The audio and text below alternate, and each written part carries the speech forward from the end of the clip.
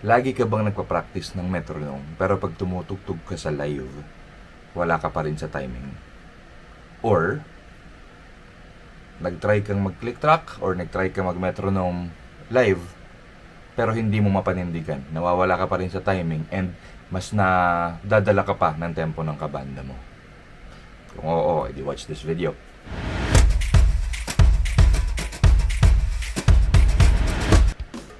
To be honest, problem ko to for a very long time.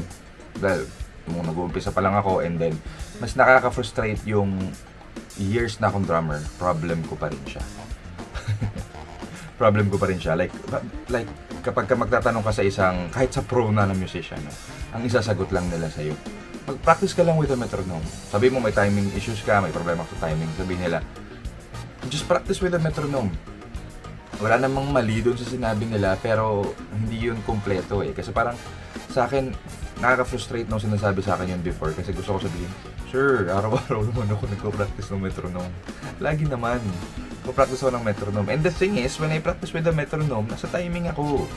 Pero pagdating sa live, yun, medyo bibilis. Madalas ako bumibilis before. Like, bihira lang ako bumabagal. Pero yun ang nangyayari sa akin before. Madalas bumibilis ako. Years na ako nagpa-practice with the metronome na, no? Lagi ako nagro-rudiments, lagi may metronome. And then, nalala ko, the first time na gumamit ako ng click track with our band, nahirapan talaga ako. Kahit may click na, akala mo nagpa-practice ka ng click ng metronome without the band. Akala mo okay ka na, kaya mo na with click. Sa akin nangyari before, hindi. Like, sira pa rin eh.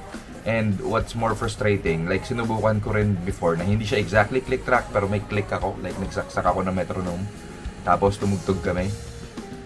And hindi ko pa rin siya kaya before kasi nadidistract ako sa ginagawa ng bassist. Like pag bumibilis siya yung nakukuha ko. So mapapansin ko na lang, nag-umpisa akong align sa metronome tapos hindi na siya align. Like somewhere in the tugtog hindi na siya align. Ang ending pinapatay ko yung metronome kasi nakaka-distract na siya. So kung ganun na nangyayari sa'yo, I tell you, you are a normal person. Hindi ka bano na drummer. Well, hindi ko alam yun. Sorry. Pero things can be practiced eh. Things can be improved. Akala ko talaga before wala ng pag-asa eh. Pero kaya pala, na-improve siya. And ang problema mo is, syempre hindi yung metronome kasi ano yun eh, electronic yun eh, hindi yun mawawala eh. Ang problema mo is your internal timing. Importante kasi na may metronome o wala is kaya mo magstay in a certain tempo. Kung ikaw ay nag-uumpisa on a certain tempo, sabihin natin wala ka metronome, nag-uumpisa ka on a certain tempo, tapos bumilis ka at the end or bumagal, then you have a lot to work on with regards to your internal timing. So ano ba yung internal timing? Internal timing meaning, ang internal timing is that, kagaya na in-explain ko, you start at a certain point, sabihin natin 100 BPM, you end up at 100 BPM, ideally. Siguro kung in the perfect world, hindi naman tayo makina, so kung mag-sway ka man sa 100 na yon, siguro sabihin natin 103. Ganun. Like, hindi ganun kalayo. Pero ideally, 100 to 100. Sabihin, you have a good sense of internal timing. Ngayon, let me explain this one, no? Visual analogy ko. Kung ito yung metronome, lapis, ito yung metronome, at ito yung internal timing mo. Ang kinaganda, pag inalign mo yan, ayan o, kita ba sa video, na maganda siya tingnan. Parang iisa lang yung isang bagay, no? Iisa lang yung nakikita mo. In our case, isa lang yung naririnig. Kumbaga, it's in perfect line. So kung internal timing mo, maganda. In fact, kahit walang metronome, edi maganda pa rin siya pakinggan. Di ba? Straight siya pakinggan. Eh what if yung internal timing mo, itong watch na to? No? ang sobrang baloktot naman ito. So pagandahin natin. Like, medyo isa-straighten ko siya ng konti. Tapos ito yung metronome, no? Tinatry mo sundan yung metronome. Kung pag-isahin natin. Kita mo ba na makikita pa rin at maririnig at mahahalata pa rin na may problema ka pa rin sa timing. Kahit may metronome, maririnig at mahahalata mo siya. And ang problema pa nga dito, kung ikaw ay hindi maganda yung internal timing mo, mas nakaka-distract patuloy yung metronome. Basta, promise, nakakainis yan na kakatugtog ng ko before. Like, nag-start ako ng click, tapos wala na sa click. Like, nataranta yung utak ko before na ano na yung papakinggan ko, stop na lang to. Either tanggalin sa tenga yon, which is, I don't really, that, for ear protection kasi sa akin yung in-ear. So, pinapatay ko na lang tuloy yung metronome. Ganyan na nangyayari sa akin. Kaya dapat, yung advice na mag-metronome ka lang para maging on timing ka, hindi siya basta-basta ganon. What you have to work on is a strong internal timing. Okay? So, pag may strong internal timing ka, may metronome o wala, nasa timing ka. Okay? Ang mangyayari, ang kinaganda lang nito, again, dito sa analogy ko, kung may strong internal timing ka, may guide ka lang na ito yung tama. Ito yung tamang tempo, ito yung tamang speed. Dito ako mag-start, dito ako mag-end. Yun na kinaganda. Imagine, driving in a road na may markings. May road markings. Yun ang nagagawa ng metronome. Pero, if you're a good driver, kahit walang road markings, you can stay on your lane. That's the point.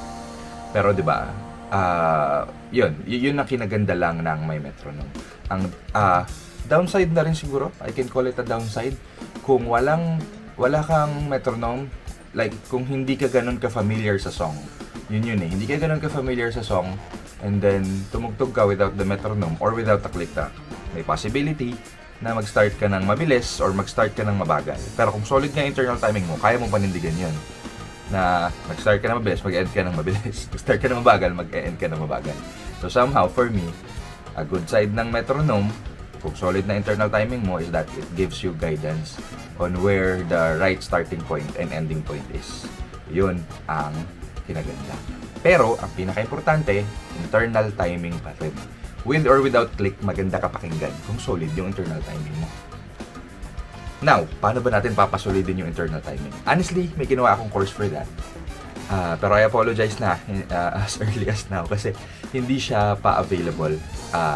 Like, ginawa ko siya before and then naisip ko ang dami ko pa kailangan improve sa course na yun. Pero dun sa course na yun, like, diniscuss ko yung subdivisions. Okay, so, that's a totally different discussion na from now. Pero I think it also helps kasi then I had exercises kung paano ka magiging solid. Like an orthodox way of using metronome. Paano mo gagamitin yung metronome sa paraan na mapapasolid yung internal timing mo. Yun nga, kagaya ng diniscuss ko, kung meron kang metronome at hindi solid yung internal timing mo, it will end up as a distraction. So, it's okay to use a metronome. It's good to use a metronome, but there are ways to use a metronome to build a solid internal timing. Okay? So, sorry, medyo paasa, hindi siya available ngayon. Pero, as of now, kung gusto mo maging solid ng metronome mo, research mo yung tinatawag na gap click. Yun, makakatulong yun. Gap click. Okay? If you're interested sa turo ko, may re-release akong course may re-release akong course. Okay? It's called Drum Set Playing Blueprint. And if you want to be updated about it, just go to my website www.drumsetlearning.academy.